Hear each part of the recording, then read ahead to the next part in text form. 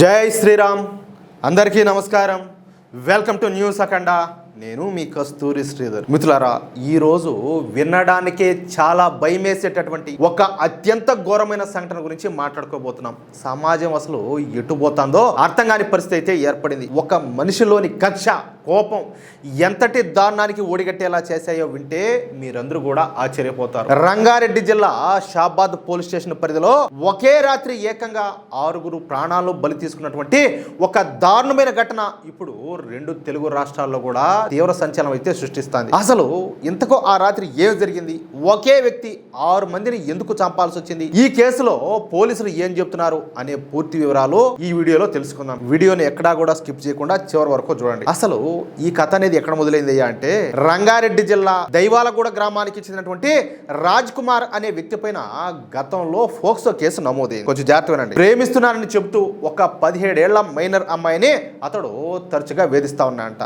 తనను కలవాలని, తనతో మాట్లాడాలని ఆ మైనర్ అమ్మాయిని బాగా ఒత్తిడి చేస్తా ఉన్నాడు. అతని వేధింపులు తట్టుకోలేక ఆ అమ్మాయి తల్లి మే నెల 16వ తేదీన పోలీసులు కంప్లైంట్ చేసింది. దీంతో పోలీసులు రాజ్ కుమార్ ను అరెస్ట్ చేసి జైలుకి అయితే పంపించారు. అంతేకాదు రాజ్ కుమార్ పైన దీనికంటే ముందే భూమి గొడవకు సంబంధించిన మరో కేసు కూడా ఉన్నట్టు తెలుస్తుంది. అంటే గొడవలు పెట్టుకోవడం, న్యూసెన్స్ చేయడం వీడి కొత్త ఏం కాదు. ఆ గొడవలో ఇద్దరిని బెదిరించాడనే ఆరోపణలతో అతడి పైన కేసు అయితే నమోదైంది. అయితే ఫోక్సో కేసులో జైలులో ఉన్న అతడు నిన్ననే బెయిల్ మీద బయటకు వచ్చాడు. జైలు నుంచి బయటకు రాగానే అతని మనసులో ఉన్నటువంటి పగ, ప్రతీకారం అన్ని కూడా రగిలిపోయినాయి. తనను జైలుకు పంపించిన వాళ్ళపైన కక్ష తీర్చుకోవాలని ఒక పెద్ద ప్లాన్ అయితే వేసుకున్నాడు.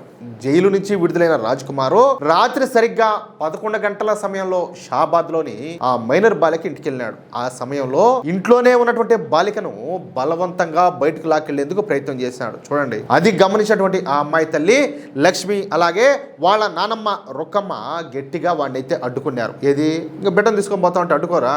దాంతో తీవ్రమైన ఆగ్రహానికి లోనేటువంటి రాజ్ కుమార్ తన వెంట తెచ్చుకున్న కత్తితో ఆ 2 మహిళలను అక్కడికక్కడే పొడిచి దారుణంగా చంపేసినాడు. అంతటితో ఆగలా వీడు. ఆ మైనర్ బాలికను దైవాలగూడ సమీపంలోని అఖిల్ సాగర్ చెరువు దగ్గరకు బలవంతంగా తీసుకొని పోయి అక్కడ ఆమె పీక కోసి అత్యంత కిరాతకంగా చంపేసినాడు. ఈ విధంగా ఒకే కుటుంబానికి చెందినటువంటి 3 కాసేపట్లోనే మొట్టుబెట్టినాడు. ఆ 3 చంపేసిన తర్వాత కూడా ఓడి కోపం సల్లార్లా. వీడు ఎందుకు మనిషా, పసరమా, ఇంకేమన్నా ఏవుడీడు సైతానా ఏవుడీడు అంటారు. శనివారం తెల్లారుజామున అంటే ఇప్పుడు ఈ రోజు పొద్దున వాడు నేరుగా తన సొంత ఇంటికి పోయినాడు. ఏది వీళ్ళ 3 చంపిన తర్వాత అక్కడ ప్రశాంతంగా నిద్రపోతున్న తన భార్య సరితను అలాగే తన కన్నబిడ్డలైనటువంటి 4 ఏళ్ల పరీక్షిత్తు అలాగే 2 ఏళ్ల దైవిక్షిత్తులను కూడా కత్తితో గొంతులు కోసి దారుణంగా చంపేశాడు.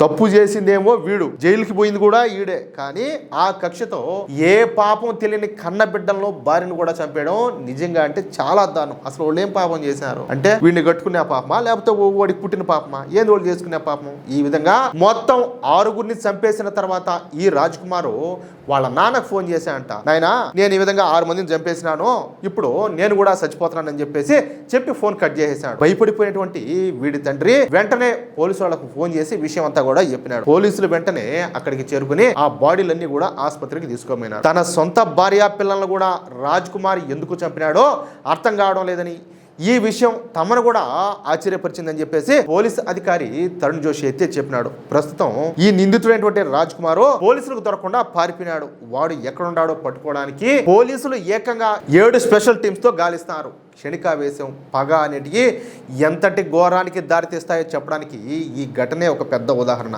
ఏ పాపం తెలియనటువంటి పసిపిల్లలు, మహిళలు ఈ రాక్షసుడి చేతిలో దారుణంగా బలైపోయినారు. మీరు గమనించారా, ఓడికి ఆల్రెడీ పెళ్లి అయింది, 2 పిల్లలు కూడా ఉన్నారు. మళ్ళా వీడియో చేశాడు. ఒక 17 ఏళ్ల మైనర్ అమ్మాయిని ప్రేమించమని, నాతో కలవాలని చెప్పేసి ఆ అమ్మాయిని టార్చర్ పెట్టాడు. కాదియా, వీడికి ఎంత దుర్మార్గుడు, వీడు ఎలా అంటాడు. కాదులే, అట్లన్నా ఆ అమ్మాయి ఏమన్నా మేజరా, వీడికి ఏమన్నా పెళ్లి కాలేదా, ఏదో అమ్మాయిని ప్రేమిస్తున్నానో ఇంకోటి అంటే అదొక రకం. వీడికి పెళ్ళయింది, 2 బిడ్డలు ఉన్నారు, పైగా వీడిని చూస్తేనేమో వీడేమో రాక్షసుడు, మళ్ళా అమ్మాయిని పోయి వేధించాడు. వీడిని ఏమి చేస్తే పాపం అంటాలే. ఈ కిరాతకుడికి ఎలాంటి శిక్ష పడాలో కింద ప్రతి ఒక్కరు కూడా కామెంట్ బాక్స్ లో చెప్పండి. ఇలాంటి మరిన్ని లేటెస్ట్ అప్డేట్స్ కోసం మన న్యూస్ అఖండ ఛానల్ ని ఇప్పుడే సబ్స్క్రైబ్ చేసుకోండి. జై శ్రీరామ్, జై హింద్, భారత్ మాతాకి జై.